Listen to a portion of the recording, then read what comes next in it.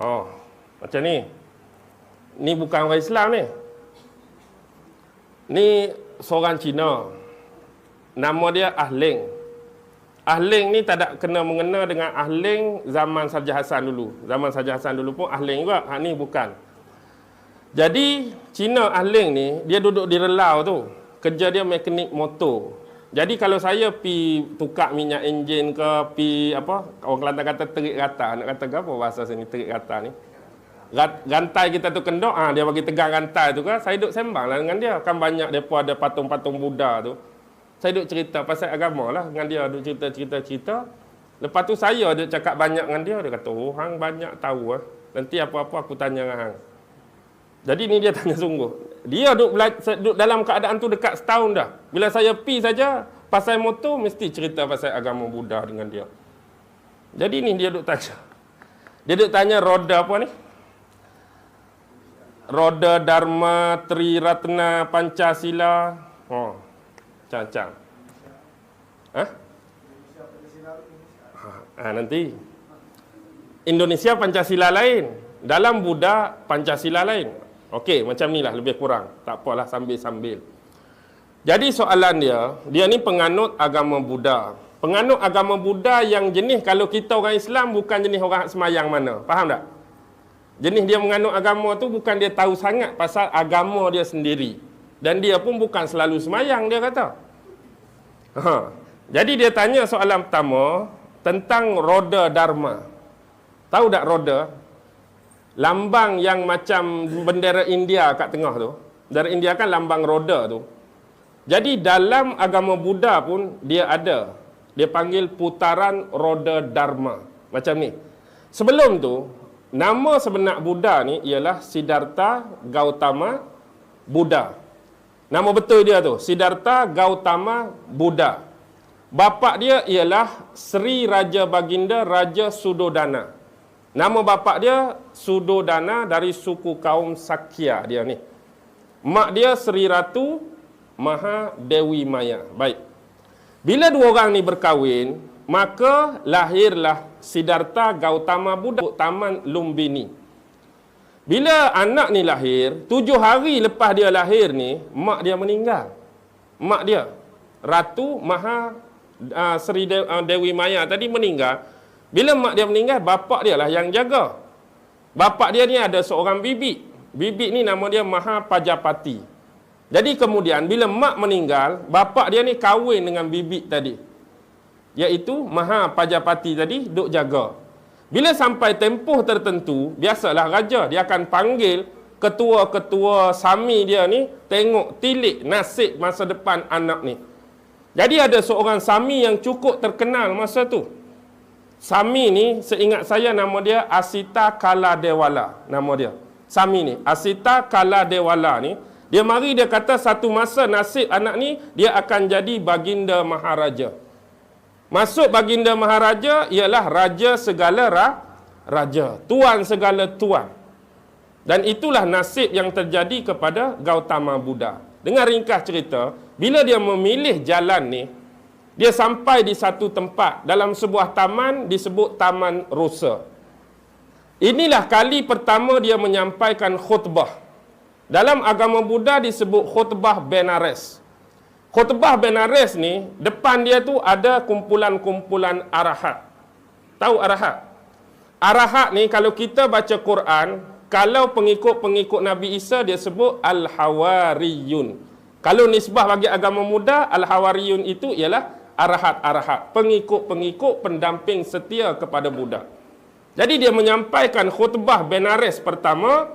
Khutbah ni lah yang disebut putaran roda Dharma. Bila kita tengok roda tu dia ada hak bulat besar. Sebelum sampai kepada pusat dan paksi roda dia ada kekisi.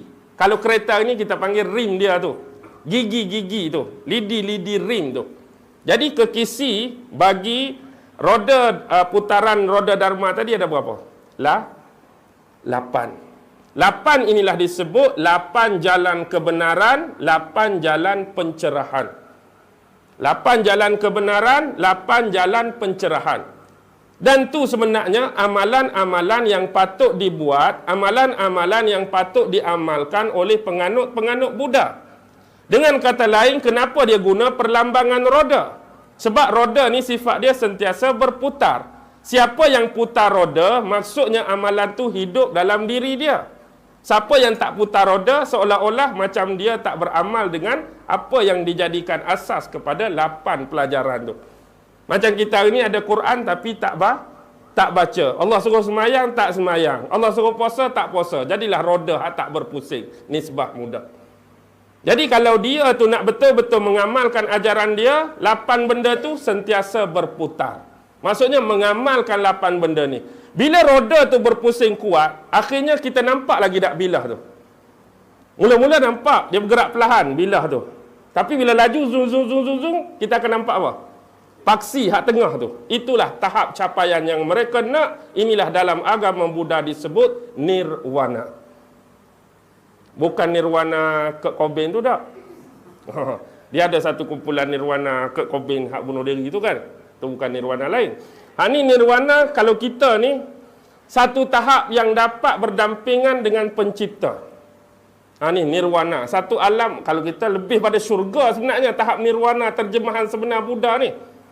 Syurga tu bawah nirwana lagi. Istilah nirwana sebenar. Maksudnya satu alam yang lebih tinggi, dekat pada hadirat Allah lah kalau kita. Dekat dengan hakikat pencipta dah nirwana ni. Baik. Apa yang disebut jalan 8 kebenaran, 8 pencerahan tu bahasa mudah macam ni. Pertama dia sebut pandangan yang benar. Pandangan yang benar. Yang kedua, fikiran yang benar. Nombor 3, ucapan yang benar. Nombor 4, perbuatan, akhlak yang benar. 5, penghidupan yang benar. 6, usaha yang benar. 7, pemerhatian yang benar. 8, konsentrasi yang benar. Faham ke tak? Pandangan yang benar. Maksud dia macam ni. Setiap penganut-penganut Buddha, mereka harus melihat pemandangan dari dalam mata Buddha.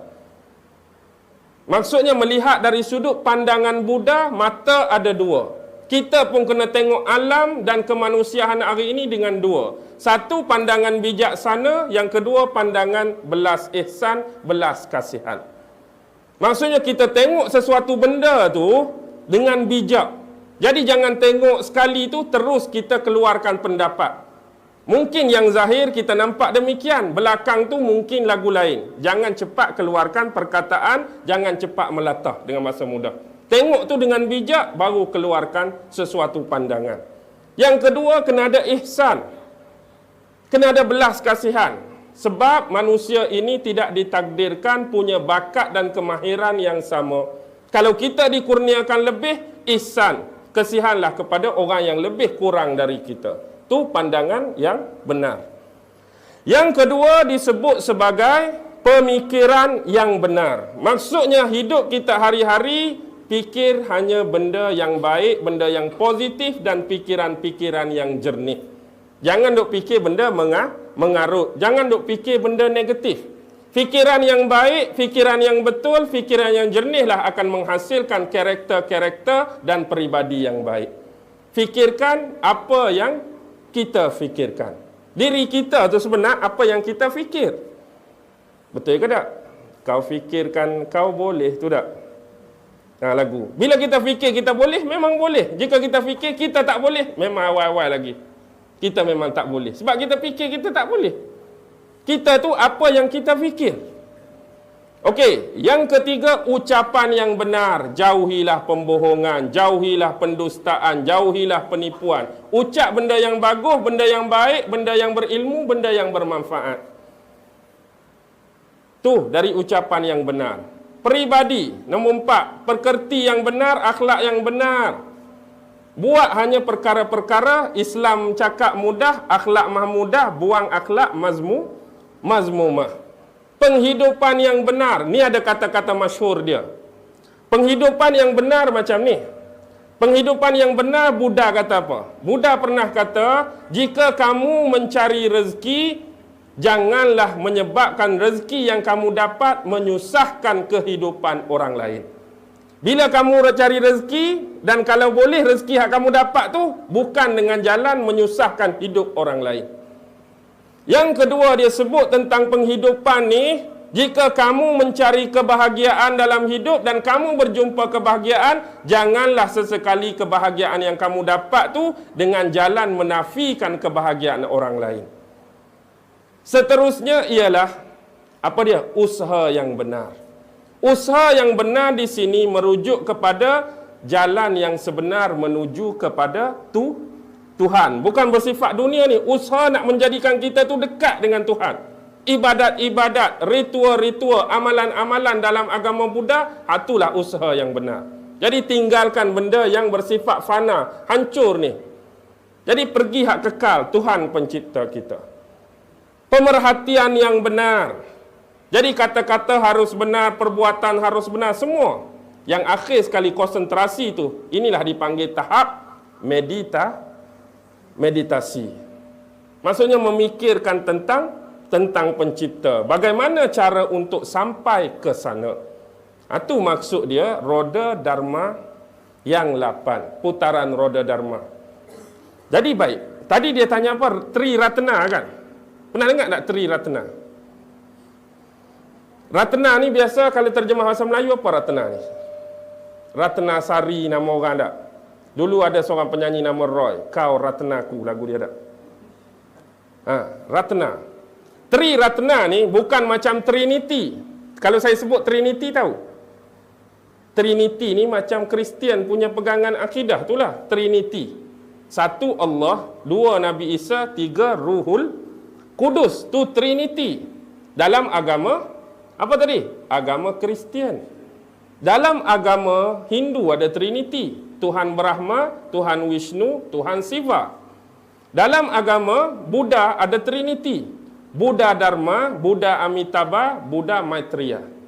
Trinity. Baik. Sekarang dalam agama Buddha, kalau kita kitab Al-Quran, Yahudi kitab Taurat, Injil kitab Isa sebagai contoh, mereka ada kitab-kitab yang namakan Tripitaka. Bukan Triratna lagi ni, Tripitaka. Bahasa Sanskrit, Tripitaka bermaksud 3 bakul. Tahu bakul? 3 bakul lah, Tripitaka. 3 bakul, kitab pertama nama apa? Sutta Pitaka. Kedua, Wisaya Pitaka. Ketiga, Abhidhamma Pitaka. Ni kitab asas agama Buddha. Sutta Pitaka, Wisaya Pitaka, Abhidhamma Pitaka gabung jadi Tripitaka tadi. Baik, yang dia nak tanya Triratna. Triratna saya nak sebut. Pertama Buddha, yang kedua Dharma, yang ketiga Sangha. Oh, tak tahu semua Ustaz. Buddha tu Buddha lah. Buddha tu Buddha. Dharma kalau dalam istilah Islam itulah tariqah. Dharma ni jalan nak sampai pada Tuhan. Dan Sangha itu ialah biarawan ataupun biarawati. Dengan bahasa mudah, Sangha tu adalah sami lelaki dan juga Sangha tu merujuk kepada sami perempuan. Jadi bagi macam ni, kalau huraian agama Buddha, Buddha dia tahu dah bakat yang pencipta bagi, kemahiran yang Tuhan bagi tak sama. Jadi dia nak sediakan satu agama, nak suruh orang ikut jalan yang 8 ni, bukan semua orang boleh tembus. Bukan semua orang boleh ikut. Tapi dia nak cari satu pelindung. Siapa yang paling lemah, orang awam macam mana pun kena masuk dalam 3 ni. Inilah panggil Triratna ni. Inilah 3 protect, 3 defend, 3 pertahanan. Siapa nak sampai, walaupun dia orang awam, ini dia. Cari Buddha, cari Dharma, cari Sangha. Ini halak 8 tu lah. Itulah jalan. Siapa yang beramai dengan 8 roda tu, insya-Allah sampai. Tapi dia kena ada macam kita utusan. Ustaz-ustaz, ulama-ulama, itulah sangganya. Kalau tok guru kita ustaz, tok guru kita orang alim, tok guru kita tok guru kita ulama, dia sami lah. Itu kalau sangga. Inilah protect hak nak jaga terus kekal mewarisi apa? Mewarisi kelangsungan agama ni.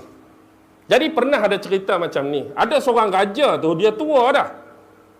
Bila dia berjalan dalam hutan, dia tengok seorang Tok Sami Buddha duduk dalam sarang burung atas pucuk pokok. Maka di sini kita akan memberi Sarang arahan. burung tu macam ni. Sarang burung tu banyak. Dia kutip sarang burung, dia buat satu macam rumah dia dengan sarang Saya akan burung. mengontrol Dia dari duduk atas. tu lah. Supaya Bila Raja Hak kerja-kerja turun ni hari lalu ini dia tengok, ada Tok Sami atas tu. diberikan Dia kemudahan. pun suruh turun. Tok Sami tu pun turun. Dia kata, kamu penganut semua agama berjalan apa? dengan Aku ialah penganut lancar, ya? agama Buddha.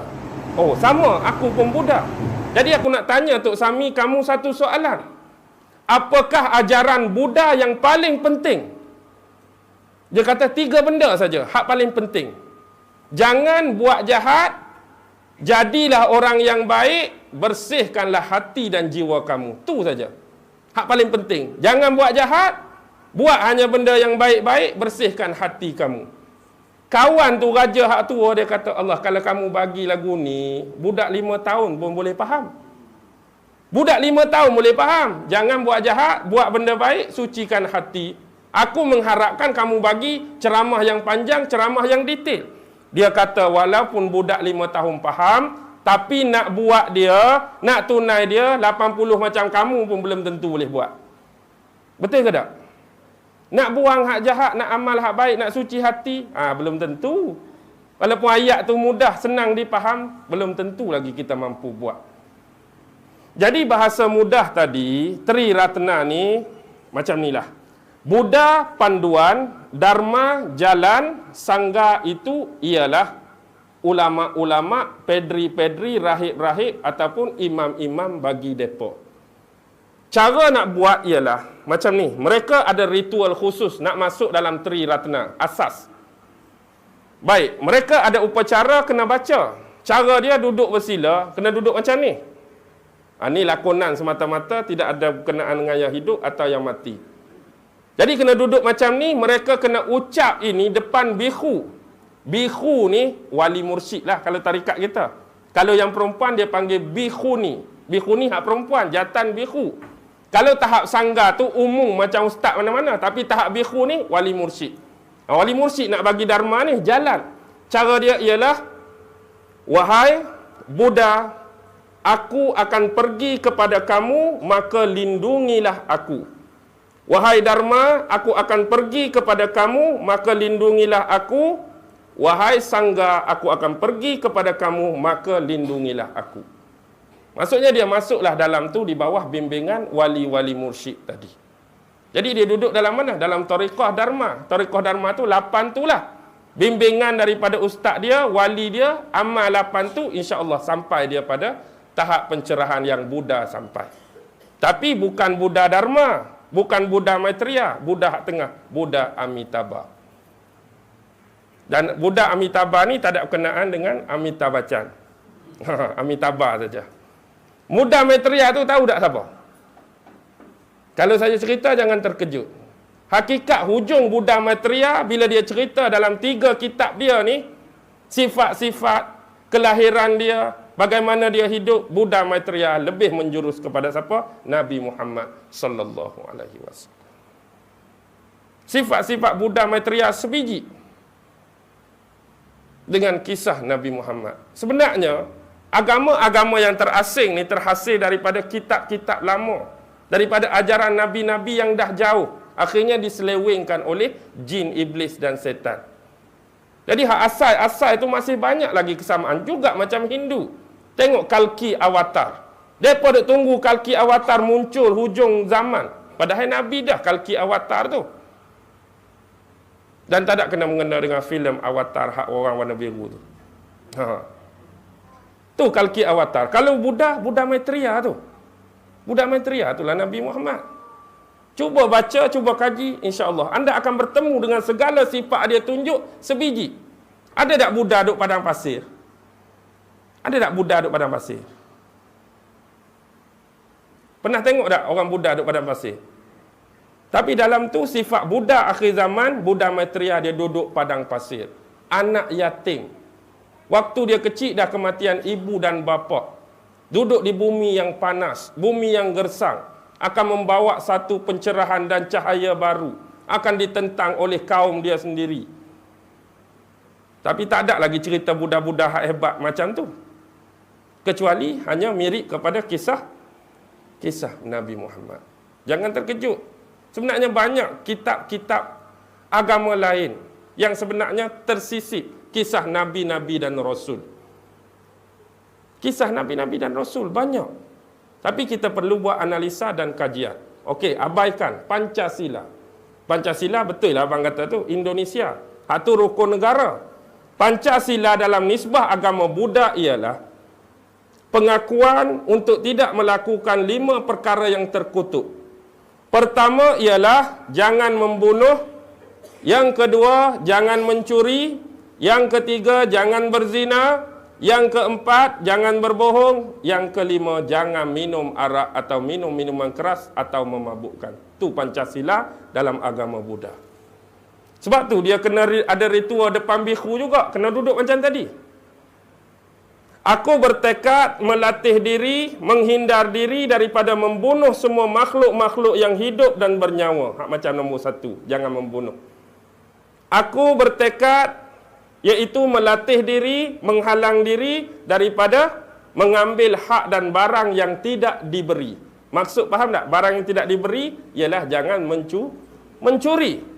Nombor 3, aku bertekad melatih diri, menghindar diri daripada melakukan asusila. Asusila tu berzina. Dapat dah malam ni asusila.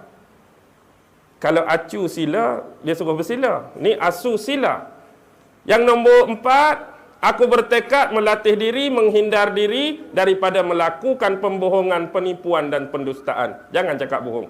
Dan yang terakhir, aku bertekad melatih diri, menghindar diri daripada meminum minuman keras, arak dan memabuk.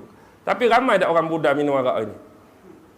Tu nak cakap tu macam kita lah. Allah suruh semayang, tak semayang. Ini Allah, Tuhan dia kata larang minum arak, dia minum arak juga. Jadi jangan pelik lah.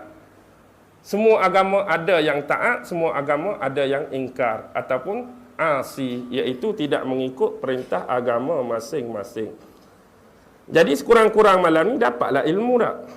Agama Buddha walaupun dari sudut putaran roda Dharma, Tri Ratna dan Pancasila. Banyak lagi kalau nak cerita.